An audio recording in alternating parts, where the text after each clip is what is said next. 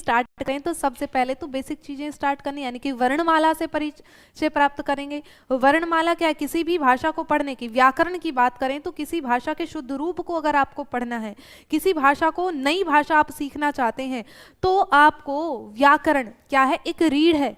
व्याकरण क्या है, भाषा को सीखने की रीढ़ है। ये शुद्धता की परिपाटी पर, यानी कि आपको भाषा का शुद्ध रूप सिखाता है। और इसमें भी हम क्या पढ़ेंगे, वर्ण विचार आज पढ़ेंगे।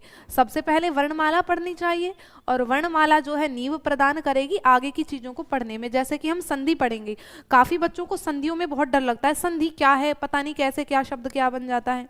और बहुत से बच्चे पुराने स्टूडेंट हैं, जैसे डब्लू चौहान है, नायाब त्रिपाठी है, निधि प्रजापति, बहुत सारे बच्चे हैं, पुराने भी और बहुत से नए भी हैं। तो एक बार सभी कमेंट करके बताइएगा कितने साथी नए हैं, कितने पुराने हैं, और जो पहली बार इन चीज़ों को पढ़, ऐसा तो नहीं है खैर वर्णमाला आप पहली बार पढ़ रहे हो, वो तो बचपन से हम पढ़ते आ रहे हैं, है ना। तो थोड़ा सा और डिटेल में पढ़ेंगे। और वर्णमाला के वर्णों का विच्छेद, इनका उच्चारण स्थान क्या होता है, ये चीजें हमें पता होंगी। इनसे रिलेटेड प्रश्न आ रहे हैं क्योंकि हमने देखा था, है ना। इनसे रिलेटेड वर्णमाला, इनका उच्चारण स्थान क्या है, ये कौन से वर्ग का है, ये सब चीजें आपकी पूछी जा रही हैं। तो इन सभी चीजों को पढ़ेंगे। और साथ में साथ के साथ फिर हम अपनी जब संधि की तरफ बढ़ेंगे, तो वर्णमाला आपने पढ़ ली तो संधि आपको समझ में आई जानी है ना। हाँ, बहुत बढ़िया। सैयदा भी है, रागिनी, क्या बात है, पुराने हैं, आयशा, क्या बात है, रिशु ओल्ड स्टूडेंट, आकाश नैन है नए स्टूडेंट है, ठीक है। तो जो नए पुराने हैं सभी का हार्दिक स्वागत है, अभिनंदन है। और अपने चैनल को आगे बढ़ाना आपकी ड्यूटी है, आपका नैतिक कर्तव्य है। तो चैनल को सब्सक्राइब करो, लाइक शेयर करो। और ऐसे बच्चे जो भाई पेड बैच नहीं ले पाते हैं, उनको तैयारी का मौका मिल रहा है, हम मौका दे रहे हैं, तो आप उनको शेयर करो क्लास को ज़्यादा से ज़्यादा, कि वो भी यहाँ से पढ़ें और अपनी तैयारी को बेहतर करें। बाकी क्लास के बाद आप अपना रिव्यू देंगे कि कैसी क्लास है आपकी, वो मुझे बाद में आप बताइएगा, आपको पता चल जाएगा कि मज़ा आ रहा है या नहीं आ रहा है। चलिएगा, अब भाई वर्णमाला यानी कि वर्णों का व्यवस्थित समूह, एक शब्द में कहें तो वर्णों का व्यवस्थित समूह वर्णमाला कहलाता है ना। वर्णों का व्यवस्थित समूह क्या कहलाता है, तो कहेंगे वर्णों का व्यवस्थित समूह वर्णमाला कहलाता है। वर्णमाला कहलाता है। अब ये जो वर्णमाला है हमारी, इसको हम दो भागों में डिवाइड करते हैं। जो हिंदी की वर्णमाला है उसको कितने भागों में, तो बोला दो भागों में डिवाइड करते हैं। कौन कौन से, तो एक होती है आपका स्वर और एक होता है आपका व्यंजन। क्या भाई, दो भाग हैं वर्णमाला के,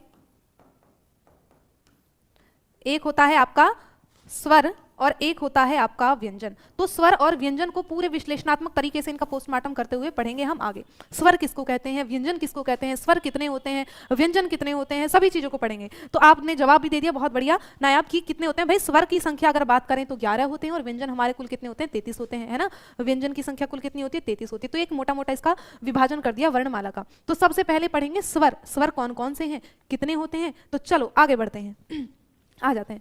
यहाँ है आपका स्वर। अब स्वर की परिभाषा, स्वर किसको कहते हैं, संस्कृत में एक आपने उक्ति सुनी होगी कि स्वयं राजन्ते इति स्वराः, यानी कि जो स्वतंत्र रूप से उच्चरित किए जाते हों, जो किसी के अधीन न हो, स्वतंत्र जिनका उच्चारण किया जाता है उनको क्या कहते हैं, स्वर कहते हैं। यानी जिनके उच्चारण में हमें किसी अन्य वर्ण की सहायता नहीं लेनी पड़ती, किसी व्यंजन वर्ण की सहायता नहीं लेनी पड़ती, वो क्या कहलाते हैं, वो स्वर कहलाते हैं। तो भाई स्वर की परिभाषा लिखें तो स्वर वह है, स्वर वर्णों का उच्चारण स्वतंत्र रूप से किया जाता है, स्वतंत्र रूप से किया जाता है, ठीक है, स्वर। अब स्वर भाई इनको भी हम दो भागों में डिवाइड करेंगे। कैसे कैसे, दो मतलब दो भाग आपके कौन कौन से हैं। पहले तो पूरे स्वर ही मैं लिख देती हूं। तो कुल स्वर, इनकी संख्या कितनी है, तो कुल स्वर वर्ण आपके कितने होते हैं, 11 होते हैं। कौन कौन से, तो लिखिएगा ए ई उ, सॉरी ए आ ई उ री ए ऐ ओ और औ। तो इन 11 वर्णों को मिलाकर कुल हमारे स्वर वर्णों की कितनी संख्या हो गई, तो कहेंगे भाई ये हमारे 11 स्वर वर्ण होते हैं, ठीक है। अब स्वरों का विभाजन करते हैं, दो भागों में बांटा गया। भाई अदर स्टेट को मौका मिलेगा, क्यों नहीं मिलेगा? हर कोई फॉर्म फिल कर सकता है। आपको इसके बारे में डिटेल में गार्गी मैम बता चुकी हैं कि आप चाहे किसी भी स्टेट के हो, कोई भी, सब कर सकते हैं फॉर्म फिल, बस आप क्या है जनरल में गिने जाएंगे, बाकी कोई दिक्कत है नहीं। ठीक है, अब पढ़ लेना। अब ऐसी कोई क्वेरी नहीं करिएगा तो थोड़ा सा पढ़ने पर ध्यान देंगे। आ जाओ, अब स्वर का विभाजन करते हैं। भाई स्वर, हमारे स्वर जो हैं इनमें से आपके एक होते हैं ह्रस्व स्वर और एक होते हैं दीर्घ स्वर। कैसे? ह्रस्व स्वर और एक होते हैं दीर्घ स्वर। अब ह्रस्व स्वर आपके कौन कौन से हैं? ठीक है, ह्रस्व स्वर आपके कौन कौन से हैं, दीर्घ स्वर कौन कौन से, उनको देखते हैं। तो सबसे पहले जो ह्रस्व स्वर हैं, है ना, तो इनको लिखते हैं। ह्रस्व स्वर जो है इनको हम लघु स्वर भी कह देते हैं, इनको लघु स्वर या इनको ह्रस्व स्वर, या फिर इनको कहें तो शुद्ध स्वर, क्योंकि शुद्ध स्वर हैं ये आपके। और भी क्या कह सकते हैं? ह्रस्व, लघु, शुद्ध, और आपके ह्रस्व, लघु, शुद्ध, हाँ ये 3 नाम आप कह सकते। और भी नाम कहेंगे क्या? जैसे कि जो मतलब छोटे जिनका उच्चारण मूल स्वर, हाँ इनको क्या कह सकते हैं? मूल स्वर, या फिर रूढ़। कितने नाम हो गए अगर आए? रूढ़ स्वर कौन कौन से हैं, ह्रस्व स्वर कौन कौन से हैं, शुद्ध स्वर, मूल स्वर या रूढ़ स्वर, एक ही बात है, इनको ही कहा जाता है। तो वो कौन कौन से हैं? तो लिखेंगे भाई आपके 4 होते हैं, ए, ई, उ और री। ये कितने? 4 आपके ह्रस्व, लघु, मूढ़ और रूढ़ कह दें, मूढ़ कह रही, मूल स्वर इनको कहा जाता है। ठीक है, रूढ़ स्वर इन्हीं का ही नाम है, इनको ऑब्लिक करके याद रखिएगा। एक एक नाम हम ढंग से करेंगे। तो लघु स्वर, ह्रस्व स्वर, शुद्ध स्वर, मूल स्वर या रूढ़ स्वर की बात आए तो आपके शुद्ध जो होते हैं ये 3 ही है, अ, ई, उ, री। और उसके बाद जब इनसे मिलकर बनते हैं वो दीर्घ स्वर हो जाते हैं, है ना। दीर्घ स्वर आपके कौन कौन से हैं? तो चलिएगा दीर्घ स्वर के बारे में लिखते हैं, थोड़ी सी बातचीत करते हैं। 4.56 स्वर न कह के इनको हम यौगिक स्वर भी कह सकते हैं। 1 मिनट, इसको दीर्घ न कह के आप लिखो यौगिक स्वर। अब यौगिक स्वर के 2 भेद होंगे आपके, यौगिक स्वर। तो इसमें आपका दूसरा क्या है? लिखेंगे भाई यौगिक स्वर है दूसरा आपका। यौगिक स्वर किसको कहते हैं? भाई वे जो 2 वर्णों से मिलकर बनेंगे उनको यौगिक स्वर कहेंगे, जो 2 वर्णों से मिलकर बनते हैं उनको क्या कहते हैं? यौगिक स्वर कहते हैं, बिल्कुल। अब यौगिक स्वर भी 2 प्रकार के आपके कौन कौन से होते हैं यौगिक स्वर? तो पहला तो आपका होता है दीर्घ स्वर। कौन सा? दीर्घ स्वर। और दूसरा आपका क्या हो सकता है? तो इनको कहेंगे संयुक्त स्वर, दीर्घ स्वर और संयुक्त स्वर, और संयुक्त स्वर। और ये जो यौगिक स्वर हैं इनको हम क्या कहते हैं? दूसरा नाम तो कहेंगे इनको सांध्य स्वर भी कहा जाता है। दूसरा नाम बोले तो सांध्य स्वर, यानी कि संधि आप जानते हैं ना भाई, संधि यानी कि जब 2 वर्ण जुड़कर क्या है, 2 वर्ण आपस में जुड़कर संधि का निर्माण करते हैं, तो 2 वर्ण मिलकर मिल रहे हैं, इसलिए इसको सांध्य स्वर भी कह देते हैं। अब आपके दीर्घ स्वर कौन कौन से हैं और संयुक्त स्वर कौन कौन से हैं, चलिएगा इनके बारे में भी लिख लेते हैं। तो देखो दीर्घ स्वर में आपका कौन कौन सा आ जाता है? ए, यानी कि ए और ए को मिलाकर आपका आ दीर्घ हो जाता है। ई, ई कैसा है आपका? दीर्घ स्वर है। उ कैसा है आपका? दीर्घ स्वर है। ए, ई, उ।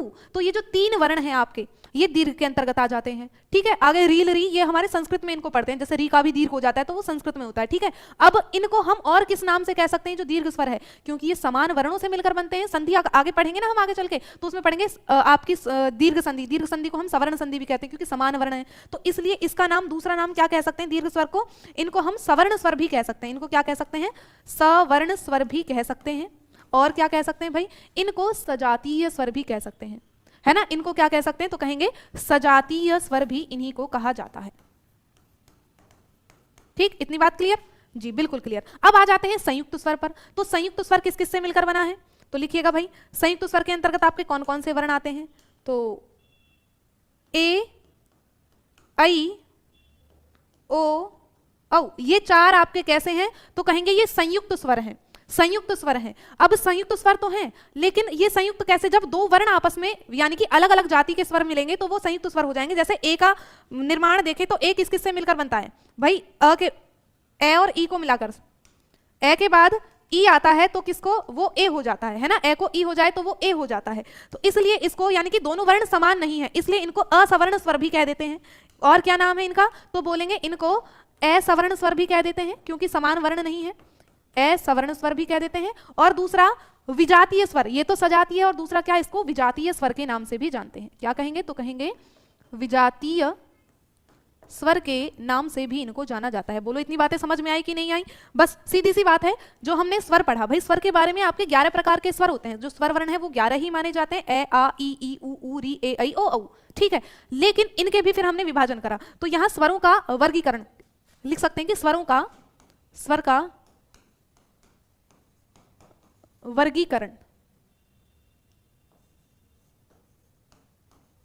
वर्गीकरण और वर्गीकरण किया तो ह्रस्व स्वर और आपके यौगिक स्वर, है ना। ह्रस्व स्वर कह सकते हैं या फिर इनको मूल स्वर कह लो। मूल स्वर और यौगिक स्वर आपके होते हैं। तो यौगिक स्वर के भी मूल स्वर के इतने नाम मैंने आपको बता दिए, लघु स्वर, ह्रस्व स्वर, शुद्ध स्वर, रूढ़ स्वर। तो ए ई उ री ये 4 आपके मूल स्वर के अंतर्गत आ जाते हैं। और फिर यौगिक स्वर की बात करें, इनको सांध्य स्वर भी कहते हैं। तो ये चीजें आपको साथ के साथ याद हो जानी चाहिए, बाद में भूल मत जाना, कुटाई करूंगी नहीं तो। दीर्घ स्वर और संयुक्त स्वर, तो जो समान वर्णों से मिलकर बन रहे हैं वो सवर्णी स्वर, सजातीय स्वर या फिर दीर्घ स्वर कहलाएंगे। और जो समान वर्णों से मिलकर नहीं बन रहे लेकिन स्वर वर्णों से मिलकर तो बन ही रहे हैं, तो ये क्या कहलाएंगे? असवर्ण स्वर, संयुक्त स्वर या फिर विजातीय स्वर इनको कहा जाता है, ठीक है। तो ए ऐ ओ औ ये क्या है? ये आपके संयुक्त स्वर के अंतर्गत आ जाते हैं। बोलो इतना कंफर्म? हाँ जी कंफर्म। अब एक और आपका आ जाता है कि क्या? प्लुत स्वर, है ना। एक प्लुत स्वर और होता है। तो प्लुत स्वर किसको कहते हैं? प्लुत स्वर, स्वर वर्ण। तो प्लुत स्वर कोई अलग से स्वर नहीं होता। अगर कहें कि मैम आपने बोला कि 11 होते हैं, एक प्लुत और जुड़ गया तो प्लुत जो है 13 आपके 12 हो जाएंगे, नहीं। प्लुत क्या है? इन्हीं स्वरों को उच्चारण का काल, ये उच्चारण की दृष्टि से 3 प्रकार के हैं। अगर कहें उच्चारण के आधार पर आपके स्वर कितने, तो 3 प्रकार के हैं। क्योंकि प्लुत जो है वर्णों के उच्चारण में जब हम अधिक मात्राओं यानी 2 से अधिक मात्राओं का समय लेते हैं, तो जिन वर्णों के उच्चारण में, जिन वर्णों के, स्वर वर्णों के कह सकती हूं, तो जिन स्वर वर्णों के उच्चारण में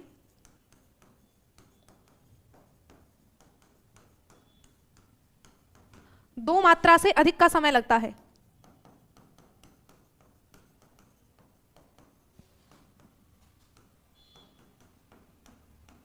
समय लगता है, उन्हें प्लुत स्वर कहते हैं।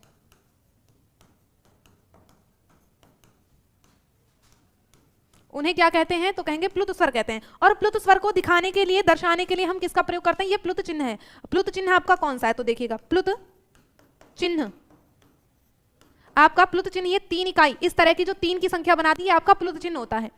जैसे आपको किसी को बुलाना है तेजी से, राम, जैसे इन्होंने लिख दिया रोयल ने ओम, हाँ बिल्कुल, ये जो ओम है, ओम में आपका ये प्लुत होता है। क्योंकि जब हम ओम का उच्चारण करते हैं तो बहुत लंबे स्वर में, उच्च स्वर में करते हैं। कभी जैसे हम प्राणायाम भी करते हैं सुबह सुबह, तो ओम का उच्चारण करते हैं कि ओम,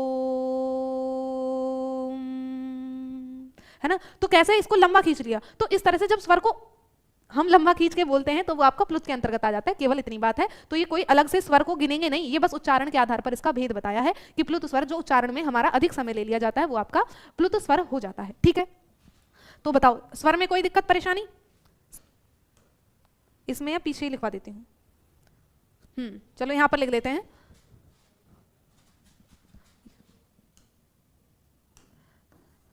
नोट कि आपका ई, ह्रस्व ई, दीर्घ ई और री, ये तीनों वर्ण कैसे हैं? तो कहेंगे आपके स्त्रीलिंग होते हैं। ये तीनों वर्ण ये स्त्रीलिंग वर्ण कहलाते हैं। अगर आए भाई ई और री का लिंग क्या है, तो कहेंगे ये तीनों हमारे स्त्रीलिंग के होते हैं, बाकी आपके पुल्लिंग के हैं ही हैं, ठीक। चलिएगा, अब पढ़ लेते हैं आपका, किसकी तरफ बढ़ते हैं? आपके व्यंजनों की तरफ। व्यंजन, व्यंजन किसको कहते हैं? चलो भाई व्यंजन। अच्छा, स्वर का एक नाम और होता है, क्या होता है? देखो, एक तो हो गया हम हिंदी में बोलेंगे तो स्वर, और संस्कृत में बोले तो स्वर को क्या कहते हैं? अच कहते हैं। कभी कभी हिंदी में भी पूछ लेता है स्वर को क्या कहते हैं, तो बोलेंगे स्वर। स्वर को यानी कि अच भी कहा जाता है। अगर अच कहे ना कि निम्न में से अच बताइए कौन कौन से हैं, तो अच यानी कि स्वर को अच भी कहते हैं। बहुत शानदार, बहुत बढ़िया, पढ़े लिखे बालक हैं सारे, है भाई। चलो, तो अब व्यंजन की बात करें तो व्यंजन को क्या कहते हैं? भाई व्यंजन को हम हल भी कहते हैं। और अभी आपकी 10 बजे में आपकी संस्कृत की क्लास ले रही होंगी, तो वहां पर भी और डिटेल में आपको पढ़ा दूंगी इन चीजों को, ठीक है। रीड सब्जेक्ट कॉम्बिनेशन का वीडियो शायद गार्गी मैम आपकी बना चुकी है, उसको देख लीजिएगा, है ना। सर्च करिएगा read subject combination by Gargi ma'am, आपको दिख जाएगी वीडियो, ठीक। व्यंजन यानी कि हल। अब व्यंजन की क्या पहचान है? हल यानी कि जो हलंत है, व्यंजन क्या है? उच्चारण के लिए स्वतंत्र नहीं होता। स्वर कैसे है, वो स्वतंत्र है, हम उनका उच्चारण कर रहे हैं, लेकिन व्यंजन क्या, उच्चारण के लिए भी स्वर पर डिपेंडेड है ना, वो स्वर पर डिपेंड है कि अगर स्वर जुड़ेगा उसके साथ तो वो बोला जाएगा, नहीं तो नहीं बोला जाएगा। जैसे कि भाई मैंने लिख दिया क, इसके नीचे लगा हुआ है हलंत, तो हल का मतलब है हलंत, यानी कि आपका वर्ण कैसा है, आधा है, तो व्यंजन का मूल रूप कैसा होता है, हलंत होता है। इसमें एक पॉइंट आप ऐड करिएगा सबसे पहले कि व्यंजन वर्ण का मूल रूप हलंत होता है। व्यंजन वर्णों का मूल रूप कैसा होता है, तो कहेंगे हलंत होता है। हलंत, जैसे ब्रैकेट में मैं लिख देती हूँ, क्या के नीचे हलंत लगा दिए, जो आपके डंडा सा लगा होता है, जिस बहुत से नए बच्चे जिनको नहीं पता तो इसको हलंत कहते हैं, और हलंत का मतलब है कि ये वर्ण कैसा है, आपका आधा है। कैसा है, आधा है, तो हलंत होता है। व्यंजन वर्णों को बिना स्वर की सहायता के उच्चारण नहीं किया जा सकता है ना, तो व्यंजन वर्णों को बिना स्वर की सहायता के बोला नहीं जा सकता, बोला नहीं जा सकता। इतनी बातें पॉइंट कर ली है। कॉपी पेन साथ लेके बैठे हो कि नहीं बैठे हो, कॉपी पेन साथ लेके बैठना है, फिर तुम भूल जाते हो। अभी तो तुम देख रहे हो कि मैम बोल रही है, हमको समझ में आ रहा है, लेकिन लास्ट में एंड ऑफ बाद में पूछा जाए तो हमारी दिमाग से चीजें निकल जाती है, तो वो लिखते रहा करो जो चीजें आपको इंपॉर्टेंट लग रही हैं, ठीक है। अब आ जाओ इनके बारे में और बात करें। तो भाई व्यंजन वर्णों को बिना स्वर की सहायता के नहीं बोला जा सकता। अब एक एक वर्ण को ध्यान से पढ़ना, जब संदीप कराऊंगी तो यहाँ फिर दिक्कत आने वाली है तुम्हें। तो अब व्यंजनों का विभाजन करते हैं। व्यंजनों का जो विभाजन है, सबसे पहले आपके आते हैं स्पर्श व्यंजन। क्या आते हैं, स्पर्श व्यंजन। और स्पर्श व्यंजन को हम क्या कहते हैं, वर्गीय व्यंजन भी कहते हैं, वर्गीय व्यंजन भी कहते हैं। अब वर्गीय व्यंजन, इनकी परिभाषा या वर्गीय व्यंजन क्यों कहते हैं, तो अब देखिएगा भाई आपके वर्ग कौन कौन से हैं। भाई क च ट त प, 4-5 वर्ग होते हैं हमारे, क च ट त और प, ये 5 आपके वर्ग होते हैं। तो इन 5 वर्गों के आधार पर इनको क्या कहते हैं, हम वर्गीय व्यंजन कहते हैं कि 5 वर्गों में ये विभाजित हैं। तो इन 5 वर्गों में विभाजित होने के कारण आपके ये वर्गीय व्यंजन कहलाते हैं। और इनकी कुल संख्या कितनी होती है, तो कहेंगे 25 आपकी कुल संख्या होती है। स्पर्श व्यंजनों की कुल कितनी संख्या, तो कहेंगे 25 संख्या होती है। तो लिखिएगा क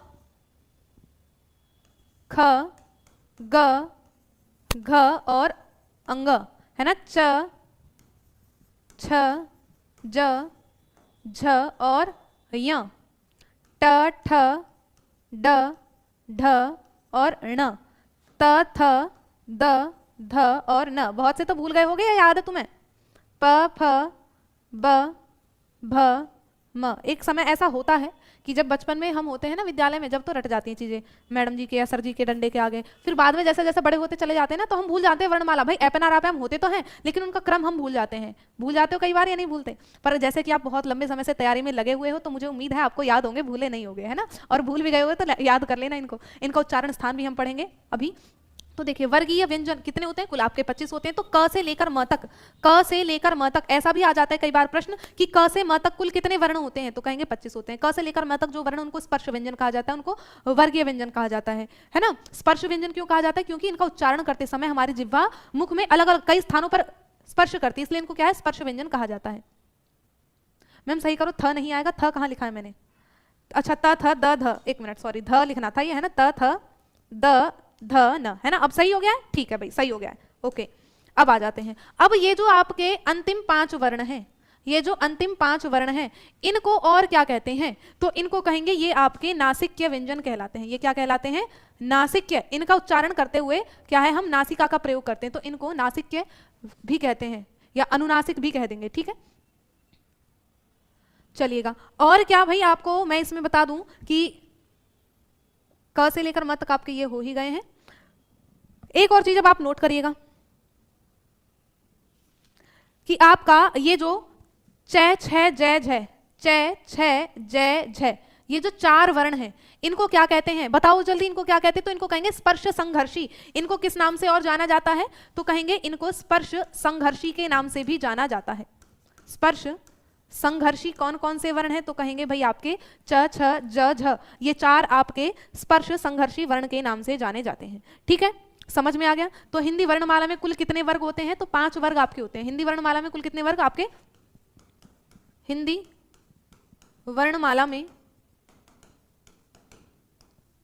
कुल 5 वर्ग होते हैं। तो ये चीजें आपने पढ़ ली, ठीक है। अब आगे इनको और डिटेल में मैं अभी पढ़ाऊंगी कि इनका उच्चारण स्थान क्या क्या है। पहले एक सामान्य जानकारी इनके बारे में हम ले लेते हैं। अब आगे चलें तो भाई एक और विभाजन इसमें आता है। क्या आता है? अंतस्थ व्यंजन। अंतस्थ व्यंजन आपके कौन कौन से होते हैं? अंतस्थ व्यंजन। और अंतस्थ व्यंजन आपके कौन कौन से हैं? देखिएगा, आपका य र ल व, य र ल और व, ये 4 आपके क्या है? अंतस्थ व्यंजन होते हैं, ठीक है। और दूसरा क्या है? एक आता है आपका ऊष्म व्यंजन। ऊष्म व्यंजन। तो ऊष्म व्यंजन कौन कौन से हैं? लिखेंगे श श स ह, श श स और ह, ये 4 आपके ऊष्म व्यंजन होते हैं, ठीक। और क्या आते हैं भाई आपके? संयुक्त व्यंजन। एक होता है संयुक्त स्वर और संयुक्त व्यंजन, इनमें कंफ्यूज नहीं रहना आपको। संयुक्त स्वर कौन कौन से होते हैं और संयुक्त व्यंजन, व्यंजन हो गए क्षत्रज्ञ श्र, है ना। और स्वर की बात करें तो आपका ए ऐ ओ औ, ये आपके संयुक्त व्यंजन कहलाएंगे, ठीक है। तो ये है, सॉरी, संयुक्त स्वर कहलाएंगे। अब ये है आपके संयुक्त व्यंजन।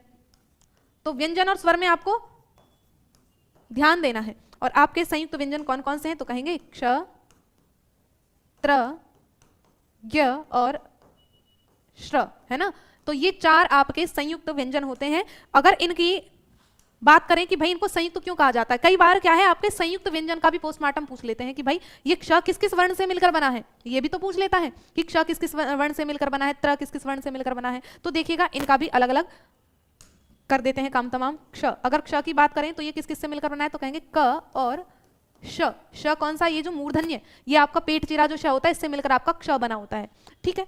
फिर आ जाता है आपका त्र। त्र किस किस से मिलकर बना है? तो कहेंगे आपका त और र, इससे मिलकर आपका त्र बना होता है। फिर आ जाते हैं ज्ञ, जिसको कहते हैं ना ज्ञानी, तो इसको ज्ञानी नहीं कहते, इसको ज्ञ कहते हैं। मैं भी कई बार आपका ज्ञ बोलती हूँ और आप कंफ्यूजन में कि मैम ज्ञ क्यों बोल रही हैं, तो बाबू ज्ञ इसलिए बोलते हैं क्योंकि इसका शुद्ध उच्चारण यही होता है, ठीक है।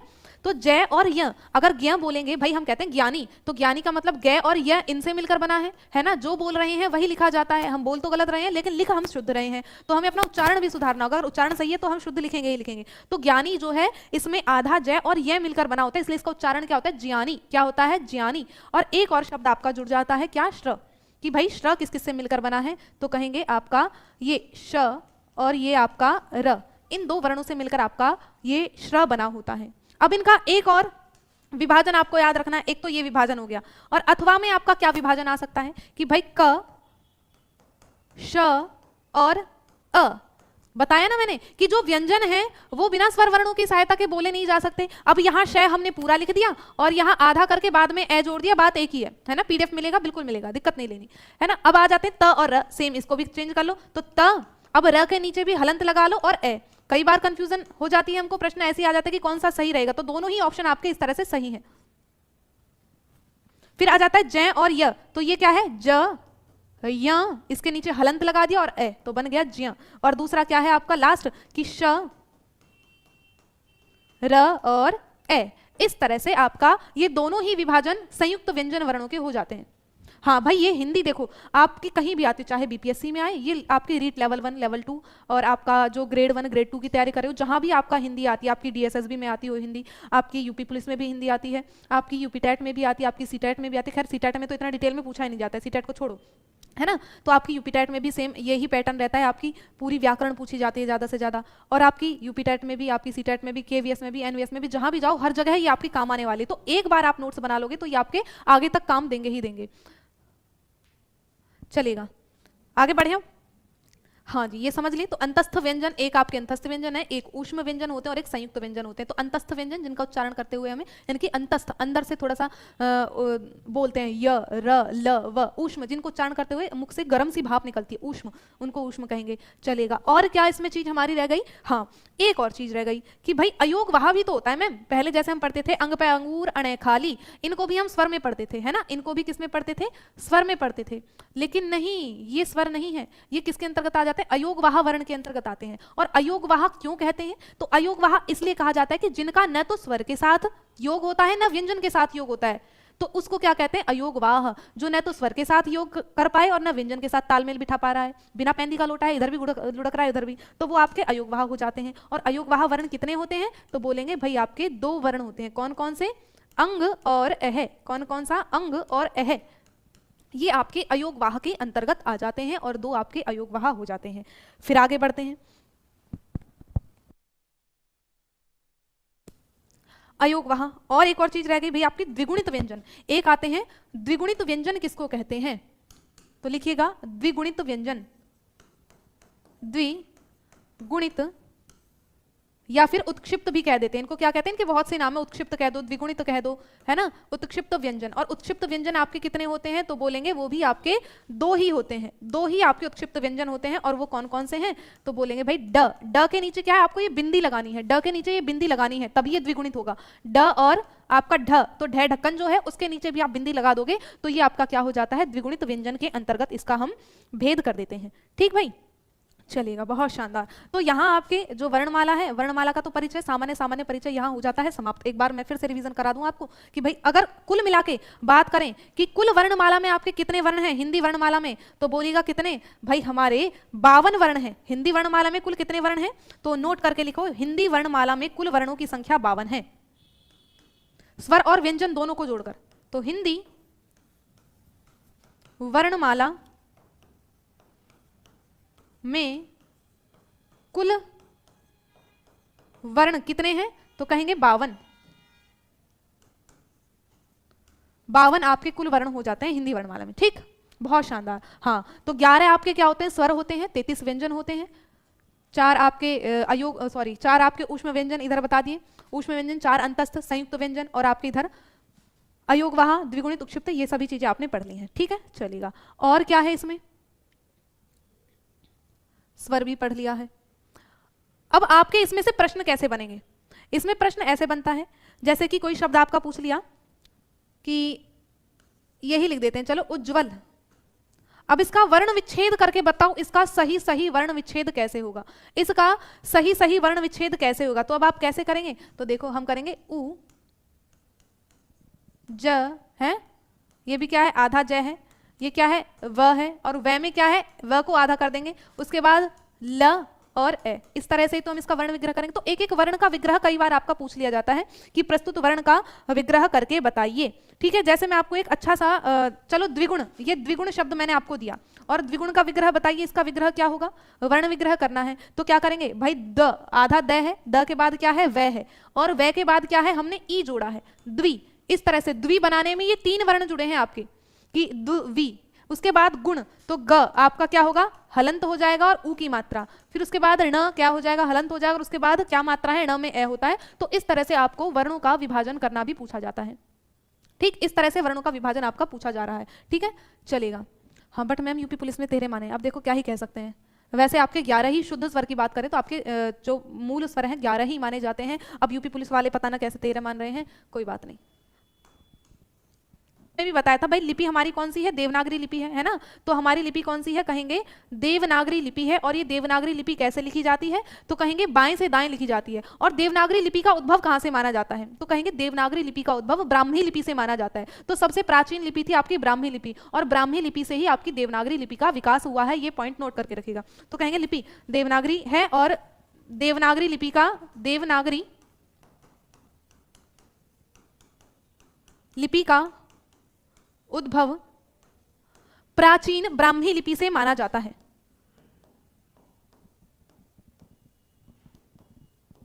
ब्राह्मी लिपि से माना जाता है। और देवनागरी लिपि मैंने आपको बताई भाई कैसे लिखी जाती है, बाएं से दाएं लिखी जाती है। क्यों लिखी जाती है, क्योंकि ब्राह्मी लिपि भी आपकी कैसी है, ज्यादातर लिपियां आपकी बाएं से दाएं ही लिखी जाती हैं। तो ब्राह्मी लिपि भी आपकी बाएं से दाएं लिखी जाती है। इसी आधार पर आपकी जो आपकी देवनागरी लिपि है ये भी बाएं से दाएं लिखी जाती है ना। बाएं से, बाएं का मतलब क्या होता है, उल्टा, और दाएं का मतलब सीधा, यानी कि लेफ्ट टू राइट। बाएं से दाएं यह लिपि लिखी जाती है।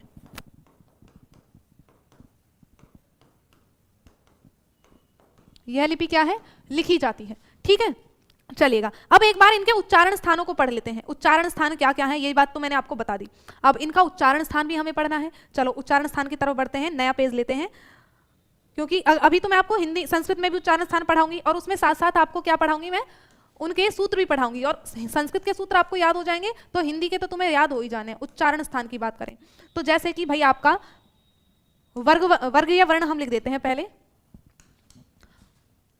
क ख ग, नहीं पहले स्वर वर्ण लिख देते हैं। स्वर वर्ण पहले क्या आते हैं आपके, स्वर आते हैं तो ए आपका क्या है, स्वर वर्ण है। और अंग सॉरी ए है, ये जो विसर्ग है ये अयोग वाह के अंतर्गत आ जाता है।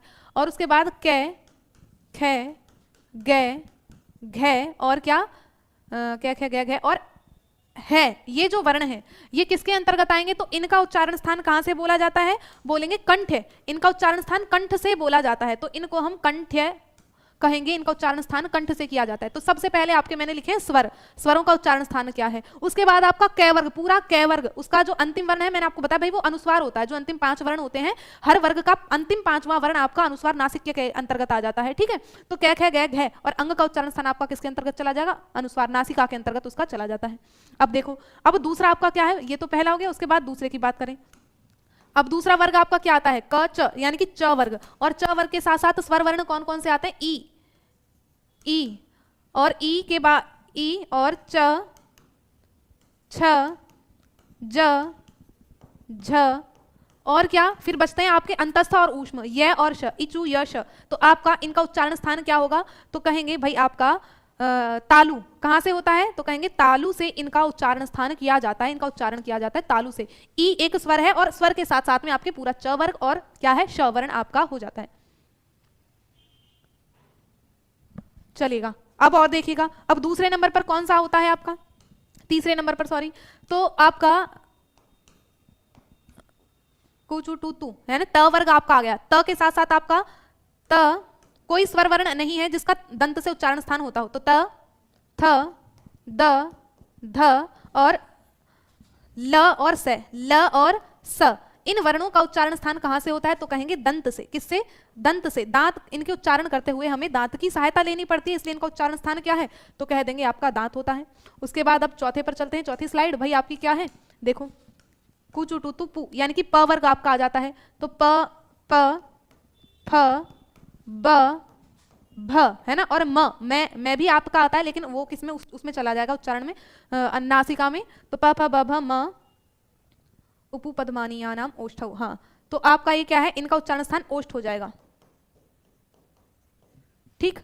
उसके बाद क्या है, 5वां वर्ग आपका आ जाता है त थ द ध न कुचु टू तू पू। अच्छा, टे वर्ग रह गया है बीच में, चलो यहां पर लिख देते हैं टे वर्ग। ट ठ ड ढ और ण, ऋतु और साथ में क्या है, री वर्ण आपका और जुड़ेगा, ये स्वर है। तो री ट ठ ड ढ ण,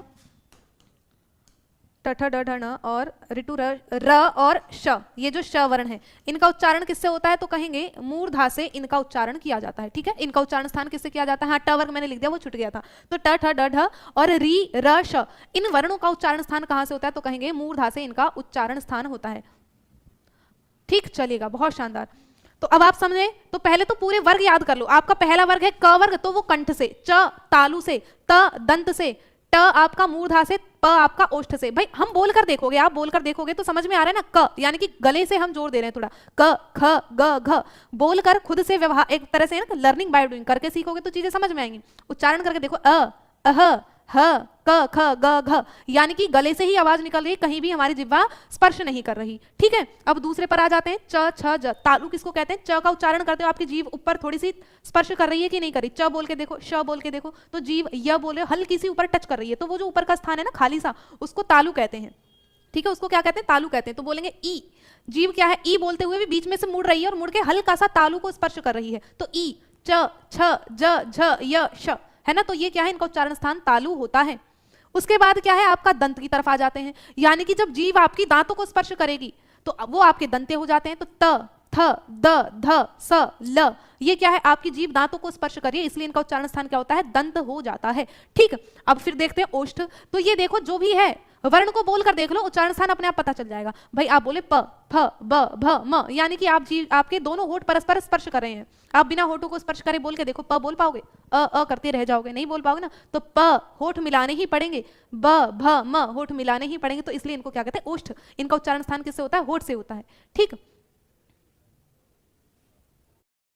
का उच्चारण स्थान। ठीक है, और क्या रह गया है भाई आपका? ऊष्म व्यंजन। आप जानते हैं कि भाई आपके श, श, स, ह ये ऊष्म व्यंजन भी होते हैं, है ना। आपके अंतस्थ व्यंजन भी आप जानते हैं। तो इस तरह से आपको उच्चारण स्थान हमने पढ़ लिया, और आपकी कक्षा का समय भी हो गया है, 9:55 हो गए हैं। तो इतना ही आज करते हैं, और बाकी जो चीजें आपकी बची हुई हैं एक बार मैं आपको बता दूं, रिवीजन करवाऊंगी अभी लास्ट में कि कौन कौन सी चीजें रह गई हैं अभी वर्णमाला में, और 1-2 चीजें हैं वो मैं बताऊंगी। इनका उच्चारण स्थान, इनका प्रयत्न क्या है, आभ्यंतर प्रयत्न, बाह्य प्रयत्न, घोष, सघोष, ये चीजें और रह गई वो मैं कल आपको बता दूंगी डिटेल में। ठीक है, तो ये वाली चीजें आपको याद रख लेनी है आज की ट्रिक के माध्यम से। अब नेक्स्ट आपकी संस्कृत की क्लास चलेगी, तो जो भी संस्कृत में आना चाहते हैं वो संस्कृत में जुड़ जाना। 10 बजे से आपकी संस्कृत की होगी, तो वहां भी हम वर्णमाला से ही अपनी चीजें स्टार्ट करेंगे। अब देखो भाई हमने क्या क्या पढ़ा, आपको वर्ण विचार के बारे में बताया। भाई 2 प्रकार से हमने विभक्त किया अपनी वर्णों को, कि स्वर और व्यंजन के रूप में विभक्त कर दिया। फिर स्वरों का विभाजन करा कि भाई स्वर क्या है, उनको अच भी कहते हैं, और कुल स्वर की बात करें तो आपके कितने 11 स्वर होते हैं। ठीक है, और फिर स्वरों का वर्गीकरण 2 प्रकार से कर दिया, एक आपके मूल स्वर और एक आपके यौगिक स्वर। तो मूल स्वर जो होते हैं उनके कई नाम हैं भाई, आपके लघु स्वर कह दो, ह्रस्व स्वर कह दो, शुद्ध स्वर कह दो, मूल स्वर कह दो, या फिर रूढ़ स्वर कह दो, यही है।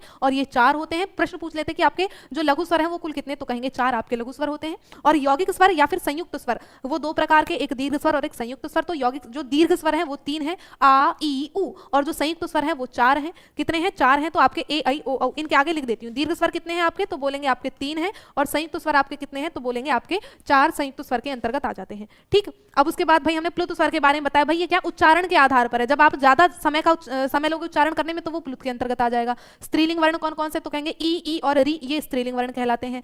ठीक, उसके बाद भाई हमने व्यंजन पढ़ा, यानी कि हल को व्यंजन वर्ण भी कहते हैं, तो ये आपके व्यंजन हो गए। इनको बिना स्वर की सहायता के नहीं कर सकते उच्चारण। तो व्यंजनों में ये चीजें हमने पढ़ी कि 25 आपके स्पर्श व्यंजन है आपके, फिर अंतस्थ व्यंजन 4 होते हैं, उसमें व्यंजन, संयुक्त व्यंजन, इनका सारा विश्लेषण कर लिया, तोड़ के देख लिया। उसके बाद क्या है भाई आपके अयोग वाह वर्ण कौन कौन से हैं, द्विगुणित व्यंजन कौन से हैं, इनको द्विगुणित क्यों कहते हैं, इनको उत्क्षिप्त क्यों कहते हैं, इनको कल डिटेल में पढ़ेंगे और ज्यादा। और इनका उच्चारण स्थान हमने लगभग सबका देख लिया। ठीक है, चलिएगा। तो अभी एक और रह गए, कंठोष्ठ किसको कहते हैं, ए, ऐ, ओ, औ, है ना, ये आपके व आपका कंठोष्ठ है। चलेगा, तो कल पढ़ाऊंगी, बाकी उच्चारण स्थान से और डिटेल में पढ़ेंगे। तब तक सभी को धन्यवाद, love you, take care, bye bye. Class कैसी लगी कमेंट बॉक्स में जरूर बताइएगा, और अपने यार दोस्तों के साथ शेयर जरूर करना, चैनल को सब्सक्राइब करना न भूलिएगा। धन्यवाद।